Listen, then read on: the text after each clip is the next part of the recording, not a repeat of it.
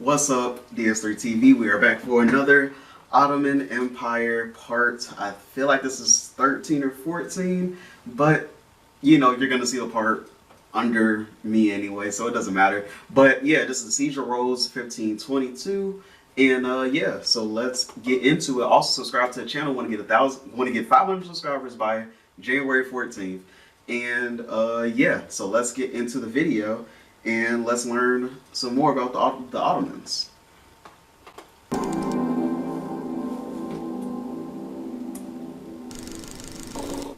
By 1517, the Ottoman Empire had successfully annexed the Mamluk Sultanate of Egypt, and thus had secured control over Egypt, Syria, Hijaz and the Levant.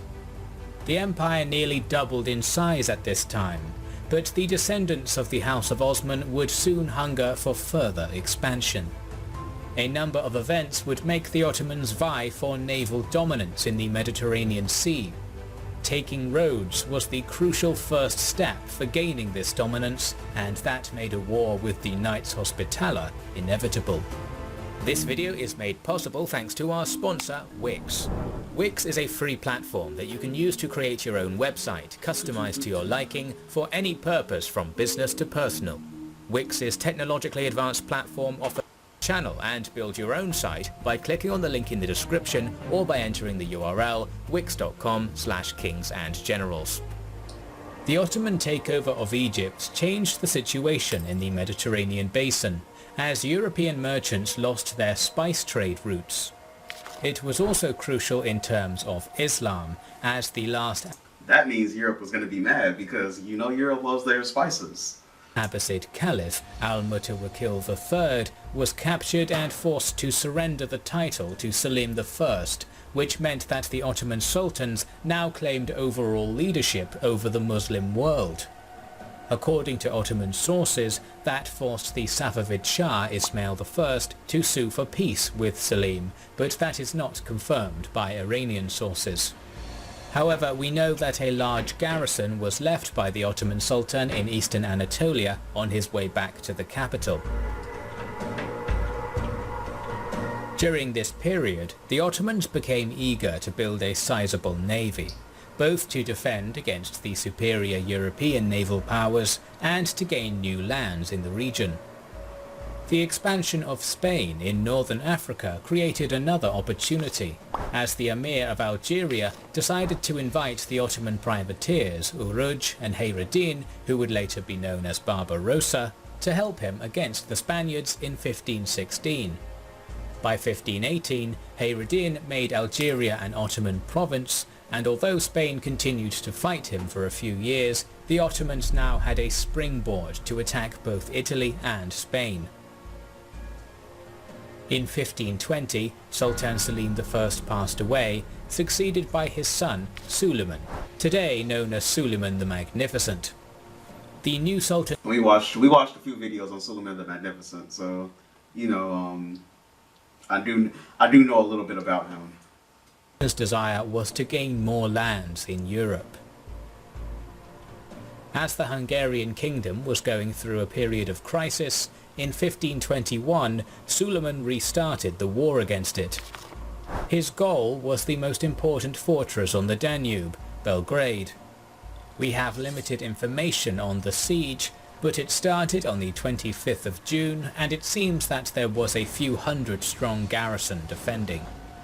By the end of August, Belgrade was captured, opening the heart of Europe to Ottoman conquest.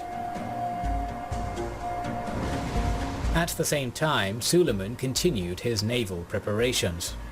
He wanted to conquer the island of Rhodes in order to strengthen his position in the Mediterranean. The owners of this island were the Knights of St. John, also known as the Hospitallers. They had been a thorn in the Ottoman side for more than a century, and a failed attack on them had already been made in 1480. To understand the Knights of St. John, we must go back a few centuries to their origin. The knightly order began in the time of the First Crusade, as the Knights Hospitaller operated hospitals in the Holy Land for Christian pilgrims. Later they transitioned into a military order, and by the time of the Third Crusade, they had become one of the most formidable fighting forces in the Levant. However, in 1291, the knights were pushed out of their last bastion on the mainland when the city of Acre fell to the Mamluks. By 1310, they had managed to conquer the island of Rhodes from the declining Byzantine Empire and turned it into their new base of operations. By 1521, the Knights of St. John had become notorious pirates, skilled seafarers that were the scourge of Ottoman merchant ships in the Mediterranean. They had been a constant drain on Ottoman resources and an obstacle in the Ottoman attempt to control the Mediterranean Sea. Thus, it is not surprising that after Belgrade had been taken, Suleiman decided that the Knights of St. John had to be expelled from Rhodes for good. The fortress in the city of Rhodes was the most fortified bastion in Christendom, designed by the best Italian engineers money could hire. It was easily defendable from all sides and protected in most areas by 3 rings of thick stone walls, with protruding bastions which defenders could use to harass attackers from multiple angles. The battlements were divided up into national segments, with bastions defended by the French, English, German, Auvergne, Provençal, Spanish and Portuguese chapters of the Knights of St. John. Taking a fortress such as that would require a massive cost, both in materials and human lives. Yet Suleiman remained adamant in his resolve. The Grand Master of the Knights, Villiers de l'Isle-Adam, knew that a siege upon his... What's up, DS3TV? We are back in it for another part of this video because, yeah, the video, the recording of the screen recording cut off, so had to delete some more stuff. Hopefully, we can get through this time, and it shouldn't be an issue. Hopefully, but you know, we'll see. So yeah, let's get into it and play. European leaders to come to the aid of Rhodes, but this bore no fruit. Part of the Venetian garrison on Cyprus joined the Hospitallers, but that was all the help they were getting. By June of 1522, the 400-ship-strong Ottoman navy was ready to set sail. Led by the Sultan's brother-in-law, Mustafa Pasha, the massive navy sailed from its base in Gallipoli down to the island of Rhodes. The entire island was blockaded, isolating it from the world. On July 28th, the Ottoman army arrived upon the island, led by Sultan Suleiman himself. 100,000 strong, it was made up of labourers, engineers, infantrymen, and the Sultan's elite Janissary Corps. In contrast, yeah, they got attacked from all sides. That's crazy. The defenders of Rhodes, commanded by Philip Villiers de l'Isle-Adam, numbered only 6,703, only 703 of which were the actual Knights of St. John, with the rest being the Venetians and the native Latin and Greek population of the island. The Knights were prepared for a siege by the time the Ottomans had arrived. All the wheat on the island had been harvested and... Oh, my fault. I thought that the brown one was part of the Ottomans. No, okay, my fault. That was my fault. But that's a lot of people then that they had like to help them, like guard, you know, the whole city. Stored, ensuring the Turks would not be able to live off the land. A giant iron chain had been lifted across the city's harbour mouth, ensuring no access into the city by sea. They were prepared to see this battle out. The Sultan had set himself up in a ceremonial tent outside of gunshot range, and only then did the siege officially begin. In early August, Ottoman artillery began to bombard the fortress walls. The Turks were at the peak of military technology and used everything from great bombards that cracked open stone walls with massive cannonballs to incendiary firebombs fired into the city to sow chaos and death to its denizens. Despite this, the masterfully designed walls of the Christian fortress held firm. During the shelling, the Ottoman forces had dug in and had created a network of protective trenches and wooden palisades surrounding the fortress. In order to undermine the fortress's defences, the Ottoman generals set their sappers to dig their way under the walls and set explosive mines. These sappers were mainly Christians, recruited from the Ottoman Balkan territories, and had a treacherous job. They inched along yard by yard, digging trenches towards the city walls and protecting themselves with wooden planks and animal hides. Despite this, many sappers were killed by the defenders' precise gunfire. Many more were blown up, as the knights had set up an ingenious system by tying a sheet of animal membrane tightly between two wooden stakes with bells, so that any vibration below the earth would cause ringing. This would alert the defenders to sappers below, who would detonate any nearby countermines. Oh, wow. That's actually pretty good. I didn't even... Wow. Huh. Okay, that's pretty smart. The defenders managed to collapse over 50 Ottoman tunnels. They had also bored spiral-shaped vents into the walls of their fortress, so the mines that did detonate had their blast force vented out, and the structural damage reduced. Despite the best efforts of the defenders, on September 4th, 2 Ottoman mines beneath the English bastion detonated, collapsing an 11-metre-long segment of the wall and filling in the moat beneath it. With an opening, Ottoman infantry charged into the bastion and managed to drive off the Rhodian defenders.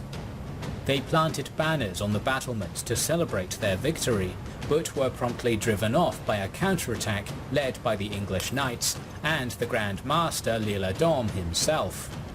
Twice more the Ottomans attacked the breach, but each time the English knights, aided by their German brothers, held the line.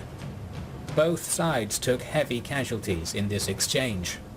It is said that the Sultan's master gunner's legs were blown off by a Rhodian cannonball, while the knights had 3 major commanders killed. By late September, Ottoman morale had begun to decline.